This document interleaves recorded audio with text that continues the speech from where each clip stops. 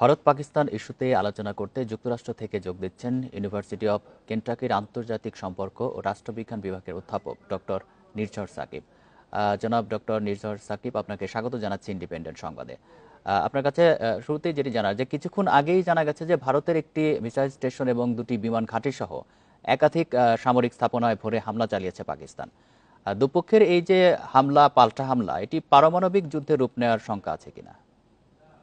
বেশিরভাগ আন্তর্জাতিক সম্পর্ক বিশেষজ্ঞের মতে এই সম্ভাবনাটা আসলে খুবই কম, তবে অ্যাক্সিডেন্টালি কিন্তু ব্যাপারটা ঘটেও যেতে পারে। তো এখানে যেটা হচ্ছে সেটা বোঝার জন্য প্রথমে আমাদের খুব কুইকলি দুইটা স্ট্র্যাটেজিক থিওরির ফ্রেমওয়ার্ক একটু বুঝে নেওয়া দরকার। প্রথমটা হচ্ছে যে মিউচুয়ালি অ্যাসিউরড ডিস্ট্রাকশন, অর্থাৎ দুই দেশই জানে, যখন দুইটা দেশই পারমাণবিক অস্ত্রের অধিকারী হয়, যে তাদের মরণাস্ত্রের পরিমাণ এতই বেশি যে নিজেরা একে অপরের দিকে যদি সেই অস্ত্রগুলো ছোড়া শুরু করে তাহলে নিজেদেরকে সুনিশ্চিতভাবেই ধ্বংস করে দিতে তারা সক্ষম। তো এটাকে বলা হয় অনেকটা জিরো সাম গেম, অর্থাৎ এখানে কেউই বিজয়ী হতে পারবে না। তো যেহেতু এই যুদ্ধে যোগ দেওয়ার আগেই সমূহ সর্বনাশের সম্ভাবনা একদম সুস্পষ্ট, কাজেই যুদ্ধ করা আর কোনো মানে হয় না। তো কোল্ড ওয়ারের সময় আমরা যেটা দেখেছি যে বিবদমান দুই পক্ষই কিন্তু বুঝেছিল যে এই ঘটনাটা ঘটতে পারে, সেই বিধায় কোল্ড ওয়ারটা আর হট হয়ে দাঁড়ায় নাই, অর্থাৎ পুরোদস্তুর যুদ্ধে গড়ায় নাই।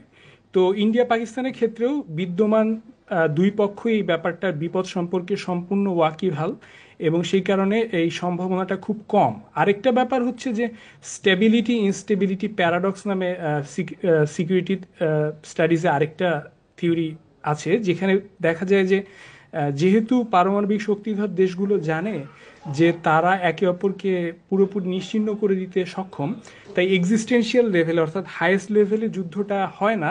কিন্তু আবার নিচের দিকে তারা একটু অভয় পেয়ে নিজেদের মধ্যে একরকমের অ্যাডভেঞ্চারিজমের দিকে চলে যায়, যেটা আমরা এখন দেখতে পাচ্ছি। ওই কনভেনশনাল ওয়ারের ক্ষেত্রে তারা অনেক সাহসী হয়ে ওঠে। তো মোটা দাগে পারমাণবিক যুদ্ধের সম্ভাবনা না থাকলেও যদি কোনো প্রকারের মিসক্যালকুলেশন হয় বা মিসপারসেপশন হয়, তাহলে কিন্তু হঠাৎ করে অ্যাক্সিডেন্টালি বড় ধরনের কোনো একটা সংঘাত যদি হঠাৎ লেগে যায়, সেটার সম্ভাবনা একদম উড়িয়ে দেওয়া যায় না, যেটার খুব কাছাকাছি আমরা চলে আসতে দেখেছিলাম পৃথিবীর দুইটি পরাশক্তিকে কিউবান মিসাইল ক্রাইসিসের সময়, অর্থাৎ সোভিয়েত ইউনিয়ন এবং মার্কিন যুক্তরাষ্ট্রকে। সো এই মিসক্যালকুলেশনটা এড়ানোর জন্য দুই পক্ষকেই কাজ করা উচিত। যে আরেকটি বিষয় একটু জানতে চাই, যে এখন এই সংঘাত বন্ধে আন্তর্জাতিক উদ্যোগ যথেষ্ট কিনা, আর কি কি করা যেতে পারে? না, আন্তর্জাতিক উদ্যোগ মোটেই যথেষ্ট না, এবং এই ব্যাপারে ব্রডার ইন্টারন্যাশনাল কমিউনিটির খুবই কনসার্ন থাকা উচিত, কারণ 20% of the human population live here. তো আমরা যেটা দেখছি যে অনেক রকমের কোল্ড ওয়ারের মতো প্রক্সি ওয়ার কিন্তু এখানে হচ্ছে। একদিকে চীনের অস্ত্র পাকিস্তান ব্যবহার করছে, আরেকদিকে আমেরিকা ব্যবহার করছে ফ্রেঞ্চ এবং ইসরায়েলি অস্ত্র। কিন্তু সেখানে আমরা দেখলাম যে আমেরিকার ভাইস প্রেসিডেন্ট জিডি ভ্যান্স গতকালকে বললেন যে fundamentally this is none of our business. তো বোঝা যাচ্ছে ওনারা একরকম নন ইন্টারভেনশনিস্ট পলিসিতে গিয়েছেন।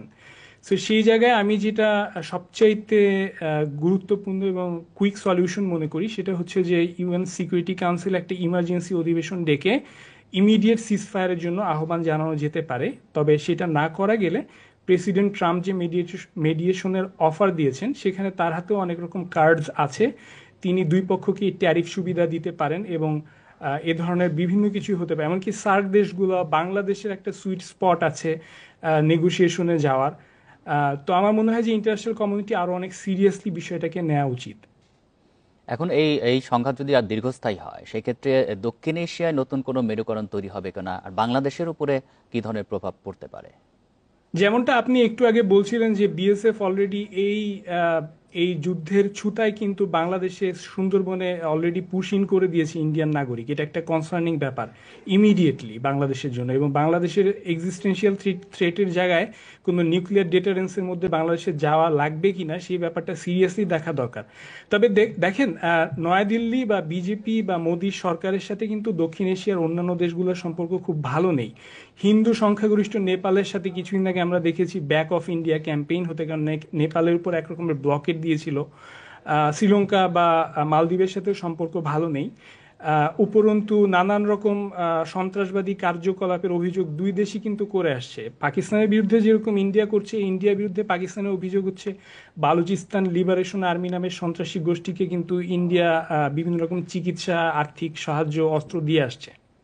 কাজেই ইন্ডিয়ার প্রতিবেশী দেশগুলা নিজেদের নিরাপত্তা নিশ্চিত করতে যদি কোনো মেরুকরণে যায় আমি অবাক হব না। আমার সবচেয়ে ভয়ের ব্যাপার হচ্ছে ইন্ডিয়া যেভাবে দেখানোর চেষ্টা করছে যে চায়না থেকে এক রকমের ডিকাপলিং করে ব্যবসাগুলোকে ইন্ডিয়ায় নিয়ে আসা দরকার, সেটা কিন্তু এক ধরনের বড় ধরনের ঝুঁকির মধ্যে পড়ে গেল। এবং এই মুহূর্তে বড় বড় ক্যাপিটালের যারা লগ্নি করছেন তারা কিন্তু খুবই কনসার্ন যে ইন্ডিয়া যদি এরকম যুদ্ধে কন্টিনিউ করে তাহলে ইন্ডিয়ার ইকোনমির উপরও এটার একটা ব্যাপক প্রভাব পড়বে, যেটাকে স্পিল ওভার ইম্প্যাক্ট পুরা রিজিয়নে সাউথ এশিয়ার উপর পড়ার সম্ভাবনা আমি দেখি।